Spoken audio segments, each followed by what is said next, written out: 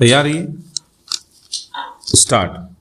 देश में आत्महत्या के बढ़ते मामलों के बीच यह तथ्य चौंकाने वाला है कि विद्यार्थियों की आत्महत्या की दर किसानों की आत्महत्या दर से भी ज्यादा हो गई है। विराम। चिंताजनक तथ्य यह है कि जिन उच्च शिक्षण संस्थानों को ज्ञान का केंद्र माना जाता है, वहां विद्यार्थियों में आत्महत्या के मामले लगातार बढ़ रहे हैं। विराम। उच्चतम न्यायालय ने भी इस पर चिंता जाहिर की है और उच्च शिक्षण संस्थानों में आत्महत्या रोकने के लिए एक राष्ट्रीय टास्क फोर्स का गठन किया है। विराम। यह 4 माह में अंतरिम रिपोर्ट और 8 माह में अंतिम रिपोर्ट देगी। विराम।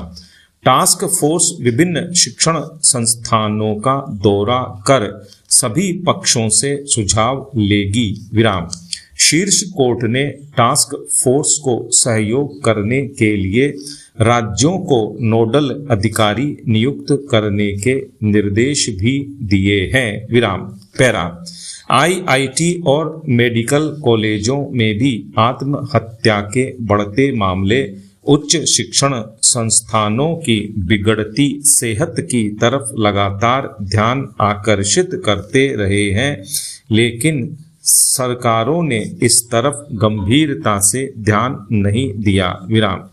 यही कारण है कि अब इस मामले में शीर्ष अदालत को दखल देना पड़ रहा है। विराम। इस तरह की आत्महत्याओं के पीछे रैगिंग, जातीय भेदभाव, यौन उत्पीड़न, पढ़ाई के दबाव के अलावा आर्थिक परेशानी जैसे कारण बताए जाते हैं। विराम। रैगिंग को तो अरसे से उच्च शिक्षण संस्थानों में विद्यार्थियों के लिए मानसिक संताप और आत्महत्या का कारण रहा है। विराम। रैगिंग को एक अक्षम्य कृत्य व अपराध की श्रेणी में गिना जाता है। विराम। इसके लिए सुप्रीम कोर्ट व विश्वविद्यालय अनुदान आयोग के साथ साथ कई राज्यों ने अपने स्तर पर कानून भी बनाए हैं। विराम। इसके बावजूद रैगिंग के मामले सामने आते रहते हैं। विराम। हालत यह है कि society against violence in education की रिपोर्ट में मेडिकल कॉलेजों को रैगिंग के मामले में हॉटस्पॉट माना गया है। विराम। 2022-24 के दौरान इस तरह की मिली कुल शिकायतों का 38.6%, गंभीर शिकायतों का 35.4% और रैगिंग से संबंधित मौतों का 45.1% हिस्सा मेडिकल कॉलेजों से है। विराम। इससे हालात की गंभीरता का पता चलता है। विराम। मेडिकल कॉलेज के विद्यार्थियों को तो ज्यादा संवेदनशील होना चाहिए, लेकिन वहां भी रैगिंग के कारण प्रतिभाओं की जान जा रही है। विराम। पैरा। यह वाकई चिंता की बात है कि रैगिंग रोकने के लिए बनाए गए कानून भी विद्यार्थियों का उत्पीड़न नहीं रोक पा रहे। विराम। यह इस बात का प्रमाण है कि कानून बनाने मात्र से उच्च शिक्षण संस्थानों का माहौल ठीक नहीं होने वाला। विराम। उच्च शिक्षण संस्थानों के प्रबंधन को कुशल, जिम्मेदार और संवेदनशील बनाए बिना इस समस्या का समाधान निकालना मुश्किल है। विराम। शिक्षण संस्थानों में विद्यार्थियों की शिकायतों पर तुरंत कार्रवाई का मजबूत तंत्र विकसित करने की आवश्यकता है, ताकि पढ़ाई की आड़ में अपनी कुत्सित मानसिकता का पोषण करने वालों में खौफ पैदा हो सके और प्रतिभाएं बच सकें। विराम। शिक्षण संस्थानों में तनाव मुक्त माहौल बनाने की जिम्मेदारी समझनी होगी। विराम। पैरा। हर बार गर्मी की शुरुआत से ही राजस्थान के विभिन्न हिस्सों से जल संकट की आहट शुरू हो जाती है। विराम। तापमान जिस गति से बढ़ता है उसी गति से यह संकट भी बढ़ता जाता है। विराम।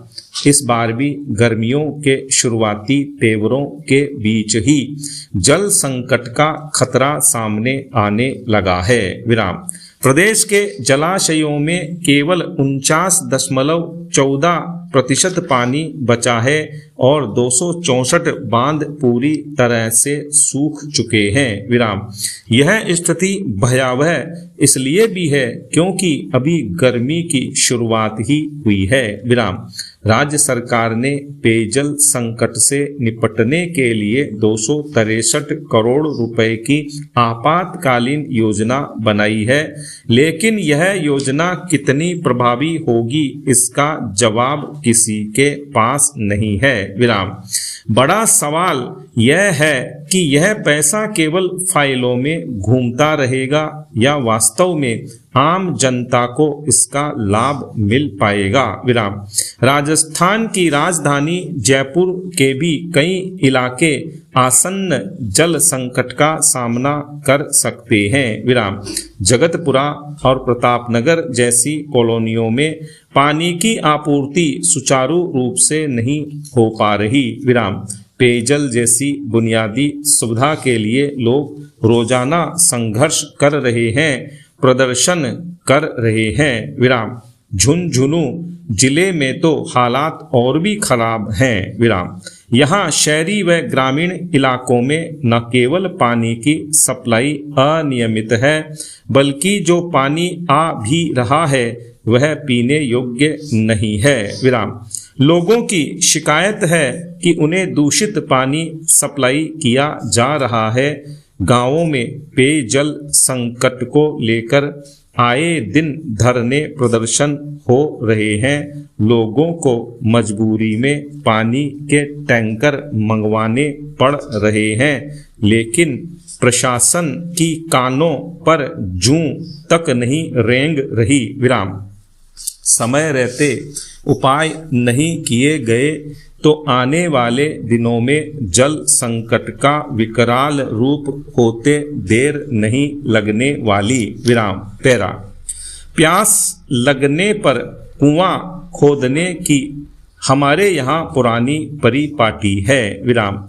आमतौर पर खराब हैंडपंप व बंद पड़े नलकूपों की सुध तब ही ली जाती है जब जल संकट को लेकर कोहराम मचना शुरू हो जाता है। विराम। गर्मी की शुरुआत में ही लोगों को धरना प्रदर्शन कर पानी की मांग करनी पड़ जाए तो सहज ही अंदाजा लगाया जा सकता है कि जिम्मेदार लोग जल संकट और शुद्ध पेयजल की आपूर्ति सुनिश्चित करने के मामले में बेपरवाह हैं। विराम। पेयजल आपूर्ति की योजनाओं को कागजों से बाहर निकालना होगा। विराम। जरूरत पेयजल संकट से निपटने के लिए दीर्घकालीन योजनाएं बनाने की है ताकि जल संकट चरम पर नहीं पहुंचे। विराम।